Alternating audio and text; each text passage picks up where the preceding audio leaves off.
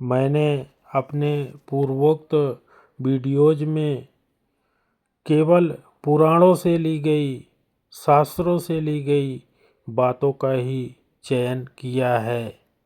और ये क्यों किया है कि आप लोग भी अगर पुराण और शास्त्रों की बात को जानेंगे तब उसको अमल करेंगे। क्योंकि आज की विडंबना ये है कि पुराण और शास्त्रों में क्या लिखा है कोई बताता ही नहीं है। पुराण और शास्त्र के बताए हुए मार्गों पर चलने से ही धन, स्थिरता और जिंदगी सफल होती है और आदमी मोक्ष की ओर जाता है। क्योंकि ये इस कलयुग में आदमी पाप के रास्ते पर अग्रसर होता जा रहा है। जैसे जैसे कलयुग का विस्तार हो रहा है वैसे वैसे पाप की संज्ञाएं बढ़ती चली जा रही है। आदमी क्रूर होता जा रहा है। इस समय भगवत ज्ञान और पुराण ज्ञान, शास्त्र ज्ञान ही हमें कलयुग से बचा पाएगा और कलयुग में किए हुए दुष्कर्मों से हमारी रक्षा कर पाएगा। क्योंकि अगर पुराणों और शास्त्रों में बताए हुए उपायों को हम करेंगे तभी हमारे हृदय में भक्ति की भावना जागृत होगी। और भक्ति की भावना यदि जागृत होगी तो हम ये जो दुष्कर्म है इस रास्ते को धीरे धीरे छोड़ने का प्रयास करेंगे। इसीलिए मेरी इस वीडियो को या जो भी मैं वीडियो बनाता हूँ, जब तक आप पूरी तरीके से और पूरी वीडियो नहीं देखेंगे तब तक आपको समझ में नहीं आएगा। क्यों नहीं आएगा कि 2-3 मिनट देख के आप लोग वीडियो स्किप कर देते हो। जो कि मैं तो आपके लिए कर रहा हूँ। मेरा स्वार्थ जो सबका स्वार्थ होता है वही होता है।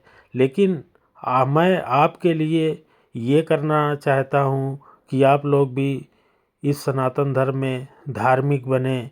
और जो आप परेशान रहते हैं, इधर उधर भागते हैं, किसी ने बता दिया यहाँ चले जाओ तो आपका फ़ायदा हो जाएगा, किसी ने बता दिया वहाँ चले जाओ फ़ायदा हो जाएगा, परंतु आपको शायद पता नहीं है कि हर चीज़ का इलाज इन पुराणों में है और वो घर पर भी रहकर आप कर सकते हैं। लेकिन आपको करना नहीं आता है। आप तो बस केवल दूसरों की बताई हुई बातों पर भागते हैं।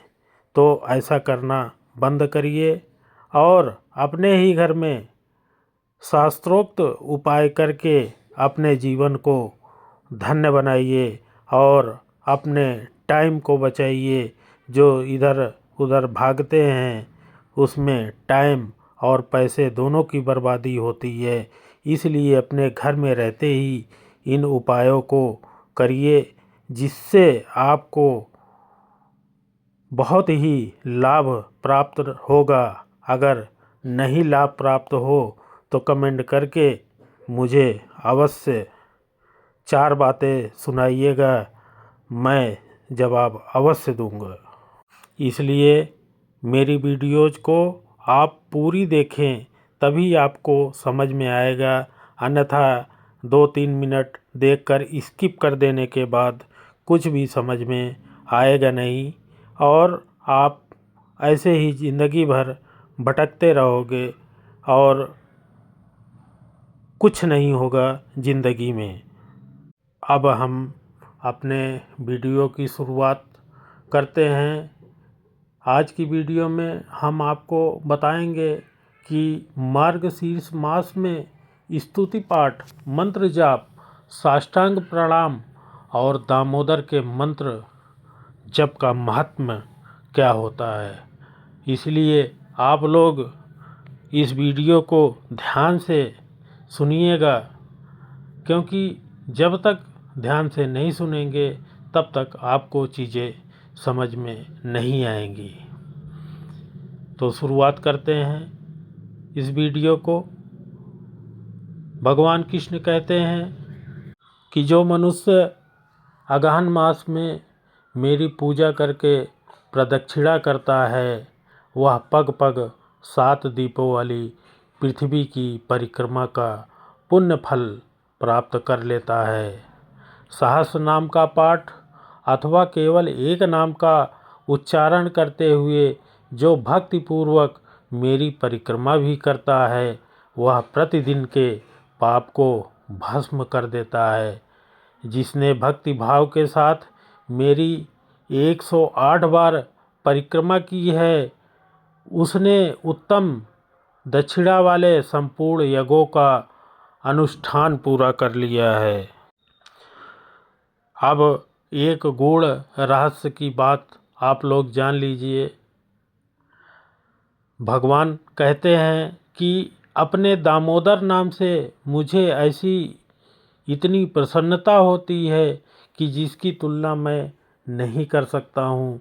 गोकुल में जब मैंने दही का मटका फोड़ डाला, तब मैया यशोदा ने मेरी कमर में रस्सी लपेटकर मुझे खूब कसकर ओखली में बांध दिया। तभी से मेरा नाम दामोदर प्रसिद्ध हो गया।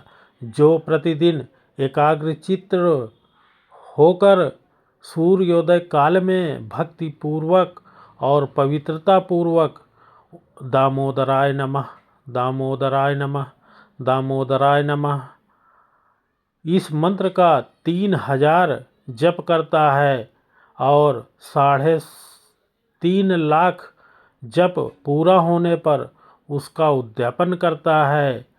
जप के दशांश का हवन, तर्पण और ब्राह्मण भोजन कराता है और इस प्रकार भक्तिपूर्वक इस अनुष्ठान को पूरा करता है, उसे मैं मनोवांछित वस्तुएं प्रदान करता हूँ। दामोदराय नमः इस मंत्र का जाप करते हुए प्रतिदिन मेरी प्रदक्षिणा और दंड की भांति पृथ्वी पर गिरकर सदैव जो प्राणी मुझे साष्टांग प्रणाम करता है और दोनों हाथों, दोनों पैरों, दोनों घुटनों और छाती, मस्तक, मन, वाणी और दृष्टि से जो प्रणाम करता है, वह समस्त पापों को अपने नष्ट कर देता है। जो प्राणी अपने मस्तक को मेरे चरणों पर रखकर दोनों भुजाओं को परस्पर मिला दे और प्रार्थना करे, हे परमेश्वर, मैं मृत्यु रूपी ग्रह से परिपूर्ण इस संसार समुद्र से भयभीत होकर आपकी शरण में आया हूँ, आप मेरी रक्षा करो। फिर मेरे द्वारा दी हुई प्रसाद माला आदि को सादर मस्तक चढ़ाकर मेरी पूजा की पूर्ति के लिए इस प्रकार कहे, हे देव जनार्दन, मैंने मंत्रहीन, भक्तिहीन और क्रियाहीन जो पूजन किया है, वह सब आपकी कृपा से परिपूर्ण हो।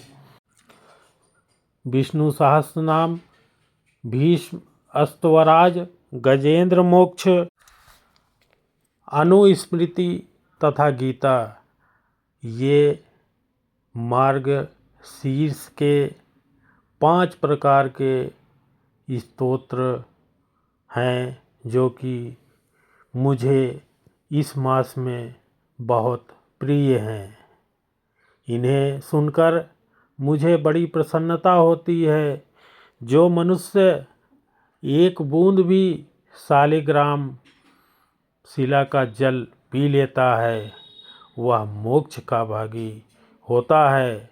जिसके मस्तक पर शालिग्राम शिला का चरणोदक है तथा जो उस चरणोदक को पीते हैं, उन पर सूतक और मृतक का भी अशौच नहीं लगता है। मृत्युकाल में जिसको यह चरणामृत दिया जाता है वह भी उत्तम गति को प्राप्त कर लेता है। इसलिए मार्गशीर्ष मास में विष्णु सहस्रनाम, भीष्म स्तवराज, गजेंद्र मोक्ष, अनुस्मृति तथा गीता का पाठ अवश्य करना चाहिए। इससे भगवान नारायण, भगवान विष्णु बहुत ही प्रसन्न होते हैं। और मैं ये आपसे कहना चाहूँगा कि इस मार्गशीर्ष मास में प्रतिदिन 3500 दामोदराय नमः मंत्र का जप करें। और जब ये 3.5 लाख जप हो जाए तब इसका उद्यापन करें। जप के दशांश का हवन करें, तर्पण और ब्राह्मण भोजन करावें। इस प्रकार भक्तिपूर्वक अनुष्ठान को पूरा करें और इसको भक्तिपूर्वक पूरा करने के बाद भगवान से क्षमा मांगे कि हे देव जनार्दन, मैं मंत्रहीन, क्रियाहीन, भक्तिहीन, जो न तो पूजा जानता हूँ, न तो मंत्र जाप जानता हूँ, न तो कुछ भी नहीं जानता, और मैंने बिना कुछ जानते हुए जो आपका पूजन किया है वह सब आपकी कृपा से परिपूर्ण हो। तो इस पर भगवान नारायण खुश होके वो सारी चीज़ें आपको प्रदान करेंगे जिसकी परिकल्पना भी आपने इस मार्गशीर्ष मास में नहीं की होगी। हाँ, इन सब चीज़ों में थोड़ा सा टाइम अवश्य लगता है, क्योंकि ये एलोपैथ दवाई नहीं है कि तुरंत खाया और 2 घंटे में आपको आराम मिल जाएगा।